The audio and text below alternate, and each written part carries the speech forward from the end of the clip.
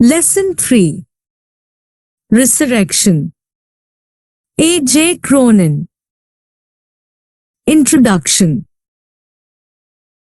Archibald Joseph Cronin, 1896 to 1981, is one of a long line of medical men who have enriched the literature of the world. His works have been translated into many languages. He was a small boy when his father died. Cronin won a series of scholarships to enable him to continue his studies and finally take the MD of Glasgow University. It is quite surprising that a man who qualified for a medical profession abandoned medicine to become a full-time writer. He burst upon the literary world with his first novel, Hatter's Castle. My Three Loves, The Stars Look Down, The Citadel, and The Keys of the Kingdom are some of his important novels. His autobiographical book, Adventures in Two Worlds, from which this extract is taken, describes his early adventures as a doctor in Scotland, in Wales, and finally in London. The extract Resurrection illustrates A. J. Cronin's excellence as a storyteller. He is able to hold the reader's attention continuously. His narrative technique is bold and clear. Resurrection means the rising of Jesus from the tomb. But the prescribed extract is not about Jesus but about one Mrs. Todd who took overdoses of chlorodyne, and the result was that she slept too long. But her son and others decided that she was dead. But she came back to life when the doctor held spirits of ammonia under her nose. Contents: Dougal Todd's visit to the hospital. A. J. Cronin was glancing through the West Highland Advertiser.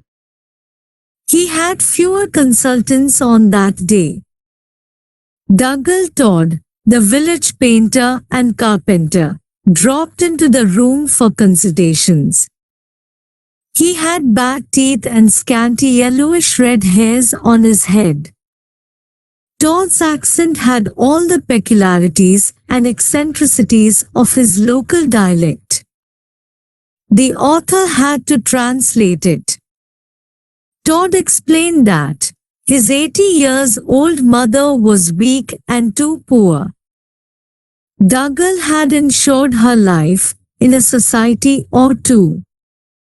In his sanctimonious style, he wanted the author to see her for half the ordinary fee. Dr. Cameron's instruction to his assistant. A. J. Cronin decided to put the matter before Dr. Cameron, under whom he was the medical assistant. But Dr. Cameron wanted his assistant to make the fee double, and he had no sympathy for Dougal and his insurance societies. But Dr. Cameron instructed the author not to charge even a penny if Todd's mother came on her own accord for her rheumatic or bronchitis. She should be given free consultation and free medicine. She would pay with a few pennies in her purse because Dr. Cameron knew that she was the decentest and honestest old woman, but Dougal was the most miserly person in Tannock. Todd's family. Todd was a greedy person. His greediness spread to his wife Jessie and his only daughter Jessica. The child never gave any eatables to any of her friends. Whenever her schoolmates asked for a share of her candy, a sweet, she would reply that she had just now put the last bit in her mouth. The Todds lived in the main street, beside the general store. The Todds were not altogether bad. They were hard-working, self-respecting, and God-fearing folks. Dougal worked 6 days in a week without even the thought of half-holiday. He was seen only with a paintbrush and a ladder. He wore dirty white coat on working days and a sober black dress on Sundays when he escorted his wife and daughter to the church. Mrs. Todd, a contrast to her son. Mrs. Todd was a woman of noble qualities. She was kind and modest, quiet and timid. She had a wrinkled but cheerful face. The wonder in Tannock Gray was how the kindly woman propagated a miserly man like Dougal. In her old age, she had nothing that was her own but only the miserly son. She had done everything for her son. Now her treasures were only a bottle of cough syrup and a few peppermints in a tin box. She kept these treasures in her small room at the top of the house. Usually she had her meals downstairs. Most of the time, she was warming herself with the spark of fire given to her. Once in a way, she went out of her house when the weather was warm. Dougal reminded her of her age and dissuaded her wish for small excursions. Dougal's parsimony. Dougal was so stingy that he did not provide sufficient food for his mother. If she took a second cake at tea time, he threw a disturbed look at her. He was unhappy that she used tiny scuttle of coal to feed her hearth. In spite of his miserliness, Dougal was not rich. He was able to cut down his expenses, but his parsimony prevented his business from prospering. But he was optimistic of earning a lot. He would get a heap of silver if his mother died, because he had insured his mother's life. But the woman refused to die. Both husband and wife wanted the old woman to die. They brooded over many diseases that might have taken away the life of Mrs. Todd but did not. Mrs. Todd's visit to Arden House. One day, she made a short journey down the street and bought some tape and sweets at Jenny McKechnie's Fancy Goods.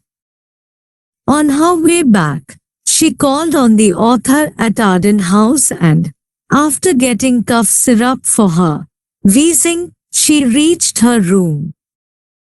The Todds had their breakfast next day, but Mrs. Todd did not appear. Jessie looked at the wall clock and was muttering and fidgeting, as Mrs. Todd had not got up in time for her breakfast. Jessie had put up with the old faggot, Mrs. Todd, on many occasions, and she felt irritated that she had to carry food to Mrs. Todd. The fact was that Mrs. Todd was a little bit deaf and did not hear properly the doctor's instructions and took overdoses of the medicine and fell into a long sleep. The Todds decided that Mrs. Todd was dead. Jessica, the daughter, called Mrs. Todd the old idle person. Jessie called her daughter to the upstairs.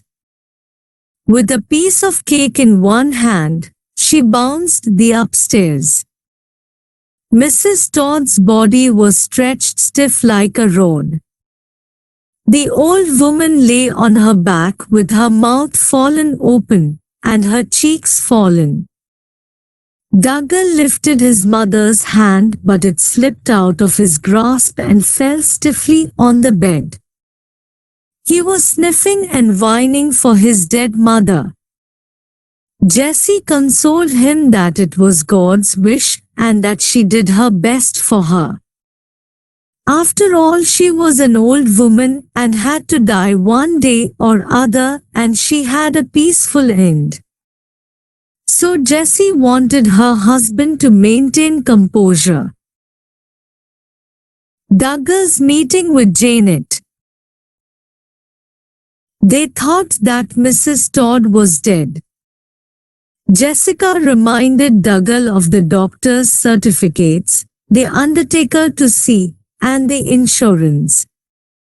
It was not a time for frugality. So he drank whiskey. He went to Arden House, where Janet, Cameron's housekeeper, informed him rather roughly that the doctor was out. She would send the assistant when he turned up. Then he met Sam Gibson and ordered for the coffin and got 5% discount for cash. The heartless Jessie prepared a beautiful meat pie. A baked custard and even whiskey were there on the table. Her argument was that at such time they should finish their food. She inquired about the insurance. That was about £500. A.J. Cronin revived the life of the old woman.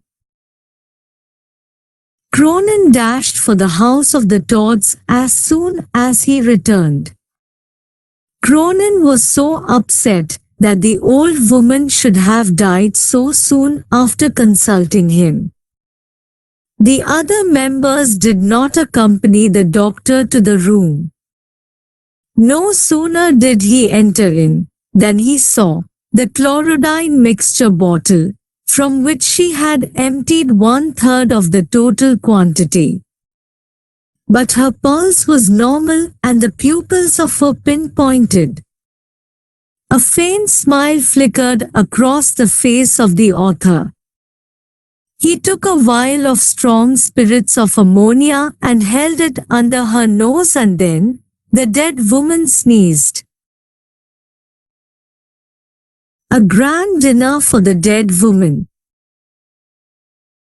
She woke up after the wonderful sleep. She had taken 2 tablespoonfuls of the mixture. She ought to have taken only 2 teaspoonfuls of the mixture. The author corked the chlorodyne bottle and went downstairs. For the first time in his life, Dougal offered whiskey to A.J. Cronin. Jessie pretended that she was heartbroken. When Dougal spoke of 4 insurance societies, the banging of the door was heard.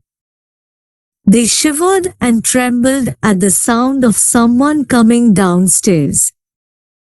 Dougal spilt the whiskey all over his dress.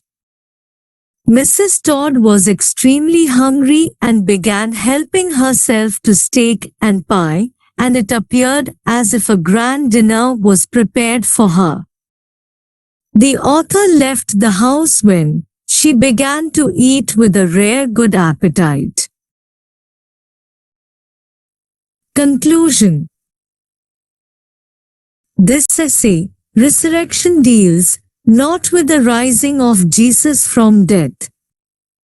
Dougal Todd, his wife, Jessie, and their daughter, Jessica, are portrayed as bad characters. Todd and Jessie are misers to the core. They pretend they are heartbroken over the death of Mrs. Todd. If they were really heartbroken, they would not have prepared beautiful steak and kidney pie on the day of her death. It is very awful to think of their concern for Mrs. Todd's insurance rather than grief for the readers. But the ending is surprise for Mr. Todd, his wife and daughter. Summary.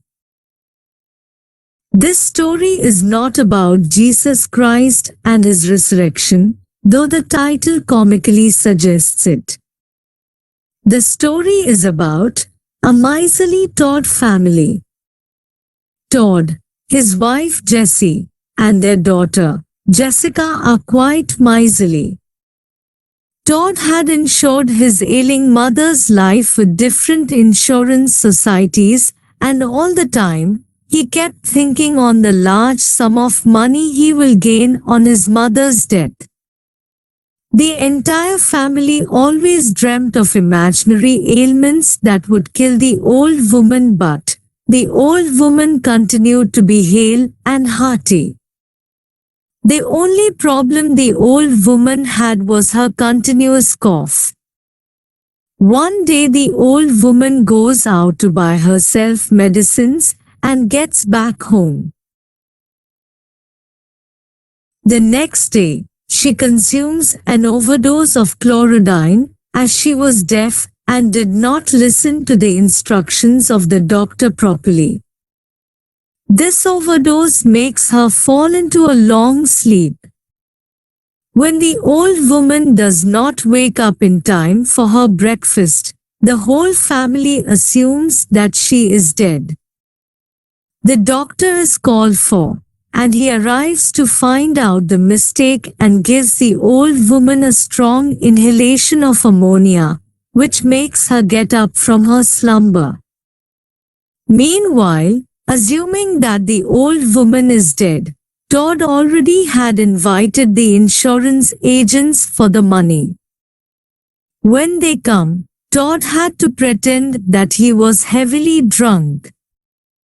The story ends on a comic note with the old woman coming back to her health after her long sleep. Thank you for watching. If you found this video helpful, please like, subscribe and share.